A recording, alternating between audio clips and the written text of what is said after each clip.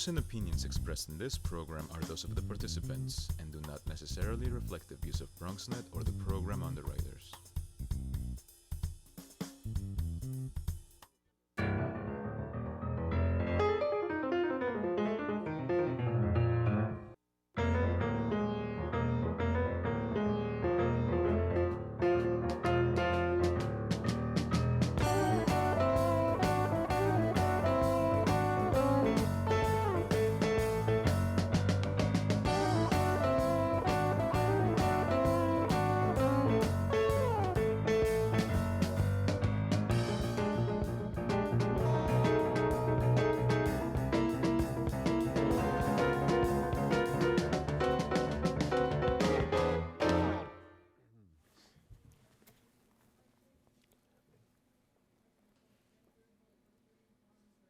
Good evening and welcome to Bronx Talk. 10 days ago, the governor and state legislature passed a $153 billion state budget, ending their streak of on-time or close to on-time budgets, which dates back to 2011. The package includes notable deals on raise the age, free college tuition, and a federal response plan, depending on how federal cuts affect the state's coffers. But it did not include provisions for ethics reform or the DREAM Act, which in part caused one of tonight's guests to vote no on the budget bill. Tonight we will review the budget and budget process and find out how it might affect us here in the Bronx. We welcome representatives from both state houses. Welcome to Senator Gustavo Rivera. Nice to have you back. Pleasure to be here, sir. And also to Assemblyman Victor Pichardo. Nice to have you back, sir. Pleasure as always, Gary. Thank you. Assemblyman, let's start with you. You put out a material. We were just talking beforehand about a press release and other things that you put out that emphasize the positive. You like what happened here? I think there's a lot of good with the negative. To be honest, we in the Assembly majority really pushed on this idea that 16 and 17-year-old kids should be treated as such. They should be treated as children. And I believe firmly that the most important thing that we were able to accomplish in this budget was raise the age. In any permutation, in any way, shape, or form, if it was outside of the budget or any other way, I would seriously doubt that we would be able to pass any kind of meaningful reform on raise the age with our colleagues in the Senate Republicans that would basically push back. And if you heard some of the things that they've said about 16, 17-year-old kids, especially kids of color, your heart would drop. So this is the best way of moving this forward. And you know, I felt that this was a good step in the right direction in making sure that kids was treated as kids. It really is fascinating. I'm not contending anything you say, but it's fascinating that I ask you about a budget bill and your response is, you know, a piece of legislation about an issue. I mean, we're talking about $153 billion. And I know when I lean to the left and ask Senator Rivera, that is one of the things that disturbed him greatly. He didn't like and I'm sure he could speak for himself, he didn't like the idea of putting the two of them together.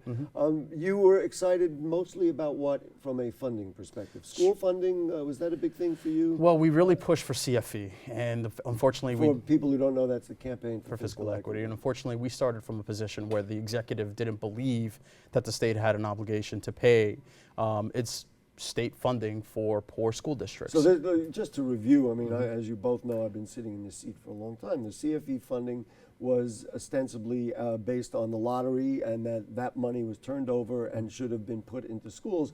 Contention is by many that it has not yet been put into schools. Furthermore, you have to remember that there was, CFE refers to a lawsuit that was brought against the state of New York and saying that schools downstate and other parts of the state were actually funded at a lower level. And so the judge, it was not us saying this, it is a judge who's made a determination many years ago that the state owes billions of dollars to the city of New York in particular. And so just to let the Assemblyman just finish his point, so your issue is that that money is still not being paid back appropriately according to basically what the Senate. Again, we hit a lot of hurdles when we try to get the money that our school districts were deserved. We did get $700 million in the state budget to fund effectively what it is, the Foundation Aid formula. And also we got an agreement from the executive to keep the formula intact, which is a huge one. Let's be clear, you say the executive, that means the governor. The governor, Andrew Cuomo, doesn't believe or didn't believe when we started that foundation aid or CFE is not a debt that is owed to the state to poor school districts. That's just a fact. Right. Well, the other headline, which we are going to definitely deal with tonight, is the idea of tuition-free college. But let's get so to a couple of things, yeah. Gary. So let's review. Actually, before you even ask anything, All right. let me You know clarify. where I'm going. Yes, let me clarify a few things. Okay. Number one, I want to give the Assembly majority, particularly Speaker Carl Hastie, all the credit in the world, because the deal that we got in front of us was absolutely the best deal we could have gotten. And by the way, for your viewers, a budget is not one vote. Their budget is broken up into 11 different bills, okay? And so we have to vote on a whole bunch of different bills.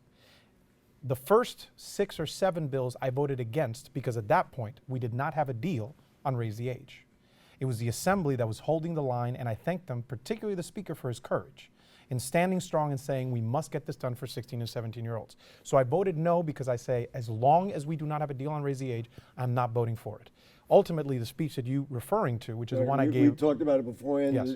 Just to let people know, Yes. the senator was widely publicized in a YouTube video where you really you minced few words. That is correct. You didn't like the process, because hacking the process. The process was absolutely broken. Now, Worse than in other years? Same. Absolutely. Worse than I've ever seen it. And I've only been there for 6 years, mind you. This is my 7th year in the Senate. But it's the worst that it's ever been. Now, a couple of things. There's 11 different bills because we have many different things that we have to vote on, that we have to make decisions on. The ELFA bill, for example, is education, labor, and family assistance. The TED bill is transportation and economic development, et cetera, et cetera, et cetera. Now, what was done was that all the things that were even remotely questionable were pulled out of each one of those bills. And then what we got at the end, the one that I voted no against, was the big ugly. Now I called it the big abominable. That's right. And the reason I called it abominable is because we should not be asked to take one vote on issues that range from transportation to education funding to criminal justice to et cetera, et cetera, et cetera. Raise the age Correct. included. But to be clear again, and I want to underline this, the Raise the Age bill that we got, which was not as strong as it needed to be, is still going to change the lives of thousands of young people. And we would not have gotten anything were it not for the courage of the Assembly, particularly the Speaker Carl Hastie. So we got that done, unfortunately, because in that particular moment, I was asked to vote on a whole bunch of things, including something you have not mentioned, which is 421A. Right. That refers to a tax break for developers of affordable housing, and I thought it was a terrible deal. The governor addressed, I guess, either directly or indirectly, your concern about the fact that everything was put into, the budget as well as all these issues. Sure. His comment said, if we didn't get it done in the budget, it means you don't have the political will to get it done, he said. And basically, he's saying, you know what, it's in the budget. You got Raise the Age done. There was enough Democratic support for that. Do you support the statement? Is he saying the right thing? That he's saying, he's justifying it by saying, this is the politics of it, get it done if you believe in it. Listen, I have a lot of issues with the way that this budget came together, because I think that in more than one instance, which is unfortunate and sad, we didn't have as many allies in the room as we needed to have on the issues that were important, whether it was education funding, whether it was 421A, or whether it was Raise the Age, et cetera, et cetera, et cetera. Is this a sidewinded swipe at the IDC, as you were saying? Well, I think, the IDC, and we've talked about this many times on the record here, Gary. The fact is that they empower Republicans. This is not I'm not making an allegation, I'm stating as a fact. Now, whether it was in 2012, when they chose to go with the Republicans and give them a majority, or now, when they were backing the Republican position in private negotiations regarding Raise the Age or other issues, they empower Republicans. And once more, and I cannot say this enough, if it was not for the courage of the Assembly, particularly of our Speaker, Carl Hastie, and if it wasn't for some of us in the Democratic Conference holding the line, we would not have gotten any of this done. We certainly wouldn't have gotten Raise the Age. We probably could spend the whole show on it. I think the response would be, you know what, we've got some progressive legislation recently over the years. They would say we were behind Raise the Age, and it was because we were in there having the dialogue. That is not true. Let me say this for the record. I don't want to spend more time on it. We have so much to do. Right, but I just want to say this. I just want to make it very, very clear. As it relates to Raise the Age, it was not due to their efforts. It is in spite of their efforts that it happened. Assemblyman, let's talk about this Excelsior Scholarship Program. The governor was, frankly, plain as day in saying that this was something that's really going to help the middle class. Sure. I guess the negative to it when people say, wow, free college education, is that it doesn't really help people on the lower economic scale. And so $163 million is being spent, maybe spent well, others can judge that, but it's pretty clear it didn't help the people who need it the most because their finances or their education is taken care of already in the budget. Well, what are your thoughts? Well, there's a lot of moving parts in this, and I'll try to condense this as quickly as possible. So basically, in order for you to qualify for Excelsior, you have to take 30 credit hours per year, right? So most of my constituents who attend either Hostos or Bronx Community College or any of the other colleges who either have a family, well, Lehman, or Lehman, of course. I'm forgetting Lehman, of course.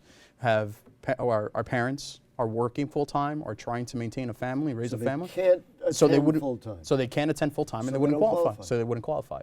And these are the majority of the folks that I represent, and I have the honor of representing. I think what we should consider this is a good first step, and that's pretty much it, not the panacea to solve the issue of college affordability, not only in the state of New York, but also as a nation. And I think really what we should focus on is obviously making it easier for kids to attend college and people to attend college and get their education.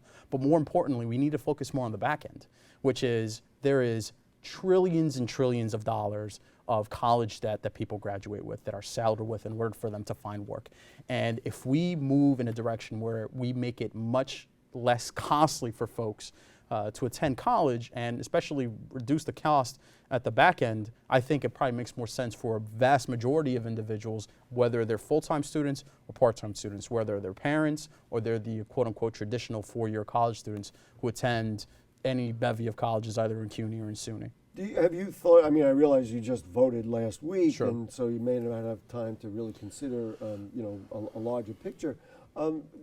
Are there things you've said that this was a first step? What might be a second step, or how do you see this as being the foundation toward something further? Is just a matter of funding so more people can access Sure, it? expand the pie. Let's increase TAP. Let's increase other financial aid services programs that other folks can access regardless of their ability to attend full-time or part-time. Again, let's talk about the issue of college affordability in the terms of college loans that people have to take to pay for their education. Let's talk about other supportive services for people who are raising families and can't go to school full-time and can only go to school at night. Let's talk about other outside costs, which share a bulk of the cost of going to college: buying books, transportation, food, room and board, all sorts of things that add to the cost of college. So again, talking about tuition is a very important conversation, but ultimately what I believe needs to happen is that this pie needs to expand, this conversation needs to expand, and goes from the micro to the macro. Senator, you like this bill? I realize you didn't like the process, and maybe you didn't like the idea of it was included in some other things, but can I assume you like this, or are you concerned Excelsior? about the Excelsior program? I'm concerned in the same way that the Assembly member is concerned. Matter of fact, he stated very clearly the fact that there's much more that we have to consider. I think one of the things that we have to be careful about is that it's real easy to say that you've achieved everything when you're only getting maybe half a loaf or less than that. And I've learned to be reticent of accepting anything at face value that comes from this administration. because the devil, Gary, the details, the devil is always in the details, it is said. And when you say, we have free college, we have raised the age, it's real easy to say it. But then you get down to a little bit of the details and you start saying, wait a minute, it is not exactly what we think it is.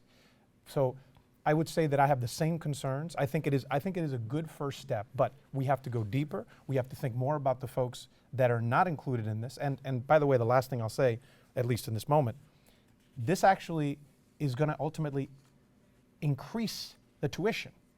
So you're increasing the tuition kind of as a backdoor thing without really referring to it, which is going to impact. Pretty often they have increased the tuition. But by not saying you're going to increase the tuition, by saying you're going to provide free college, right?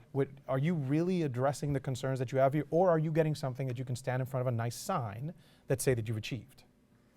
If you, were to be given a bill and something like this, and you say, well, we'd like to include some of the things that the assemblyman thinks is important. You say you agree with them.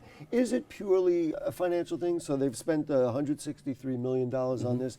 If they were to double that and say we're going to spend $32 million on it, 320. 320. Your math is terrible, Gary. Yeah. Come on. $320 million on this.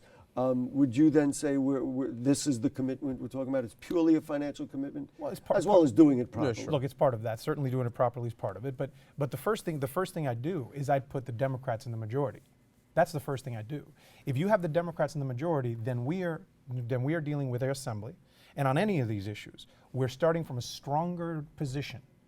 Because it has been the governor a lot of times, as the assembly member pointed out, that, for example, on education funding said we don't need to have this funding formula anymore. And we were both appalled at that, said, no, that can't be the case. If we had a Democratic majority in the Senate, a true Democratic majority, then we would be saying, let's start with foundation aid, boom, as a starting position from both houses. Let's start as not only dealing with college affordability, but committing ourselves as a state more to public higher education. All these things would start from a better place. Ironically, that goes back to the governor's statement. Political will, of course, would mean political ability to, vote and get things done. You look like you wanted to add something to that? Because No. If not, I've got another topic. I think generally, it's only a matter of time when the fortunes of the legislature change and we have a majority of Democrats in both houses. And when that day comes, we will have better dancing partners, and we will be able to accomplish so much more for this state, and we're looking forward to that. You put out a release that said opponents say that the millionaire's tax drives the wealthy out of the state, but you say it's totally false. We have a federal government right now that I don't think anybody could deny is in favor of lowering taxes on wealthy people, et cetera. Talk to me about the millionaire's tax and how this budget addresses that. So if someone were to study history, and particularly understand the policies of President Reagan, and everyone talked about trickle-down economics or Reaganomics as it was known.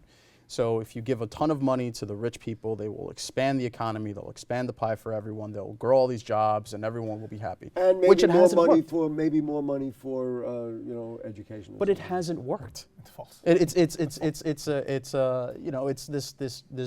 I'll find you, some I fake guess the idea of trickle down is... It doesn't work. It's a canard. It doesn't work. It does not work. And the thing is, this nonsense about the millionaires escaping the state of New York in droves is just nonsense. The numbers don't play it out. And the fact that we have a much sharper divide between the folks who have the least at the bottom of the economic scale and the folks who have the most at the top of the economic scale has been widening. So there's this argument about if we raise taxes for millionaires, they're going to leave the state of New York. The state of New York is the economic engine of the country. They're not going to go anywhere.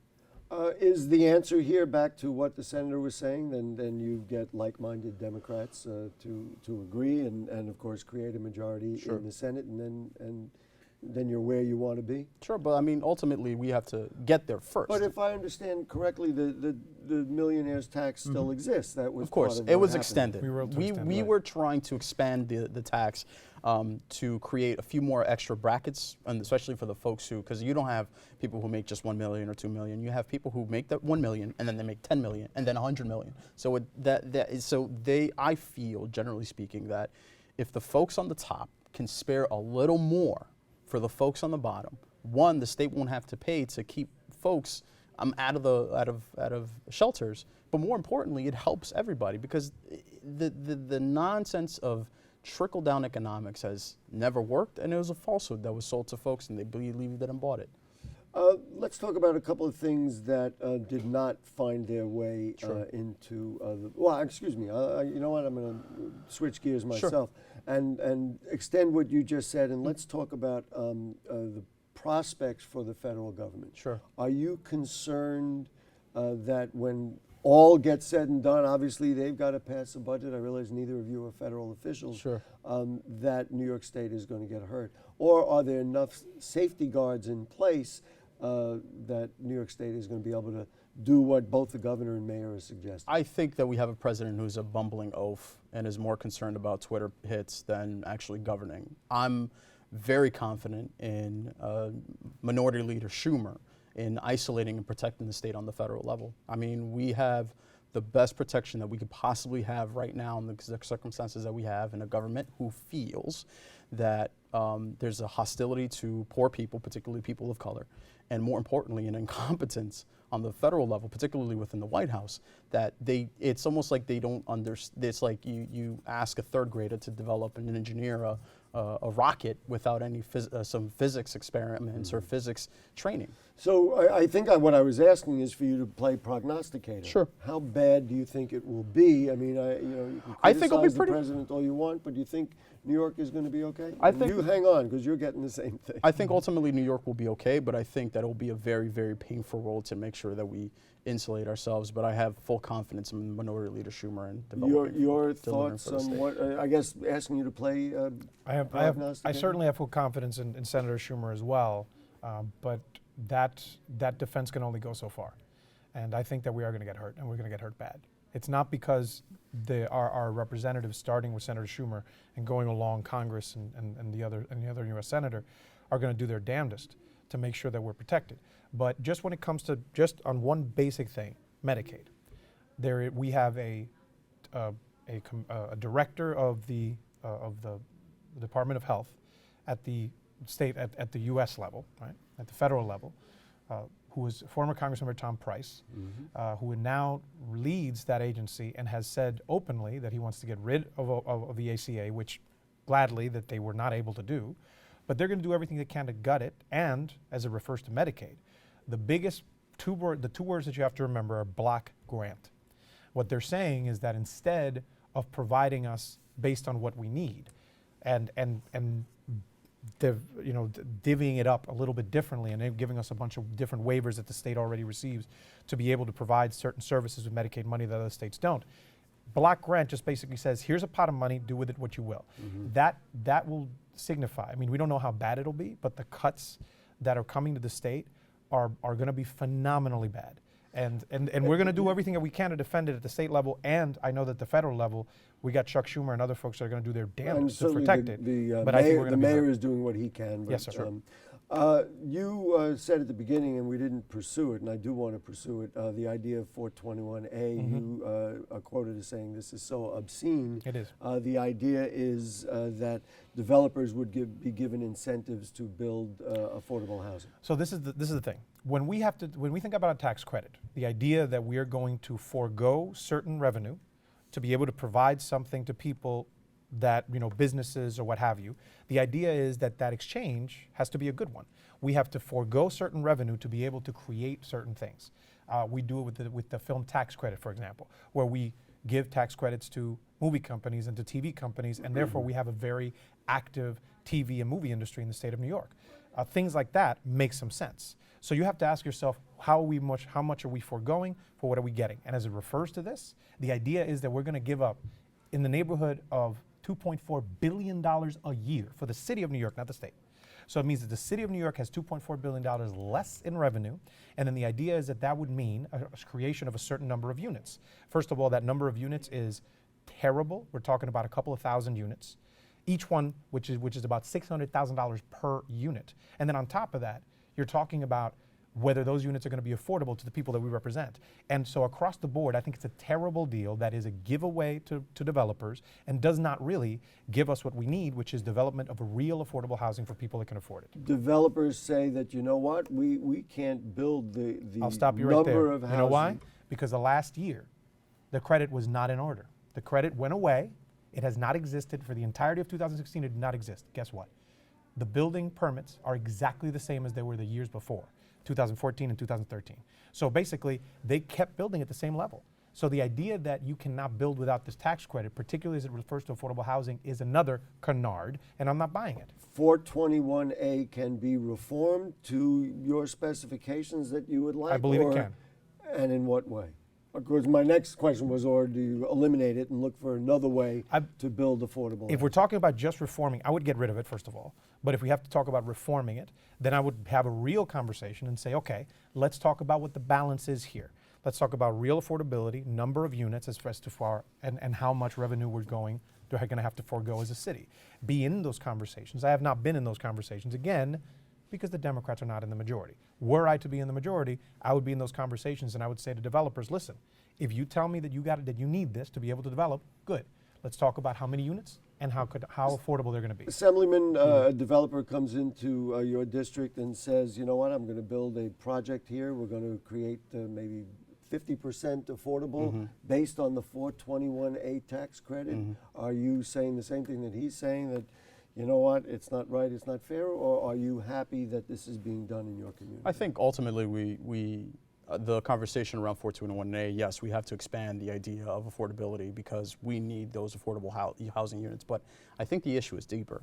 The formulas that we use to create affordability in the Bronx or in Manhattan or whatever are skewed and are outdated. I think ultimately in my district, which the average median income salary is a little over $21,000, most folks couldn't qualify for any affordable housing in any permutation in any way, shape, or form. So I think ultimately the conversation, yes, that we need to build more volume, but at the same time we need to create or change the formula or create our own formula so more folks can actually qualify for these subsidies and for these housing units. I'm going to ask the last question, and I think each of you have about 30 seconds to weigh in on it. When you come back next year at this time, and we say they passed a budget in New York State, what are you going to want to be proud of that happened during that budget season? Like Raise the Age, I think DREAM Act is the last piece of the puzzle. We need to make sure that all New Yorkers have the ability to gain an education, regardless of what country or what shores they came from. They are New Yorkers. They are contributing members to society,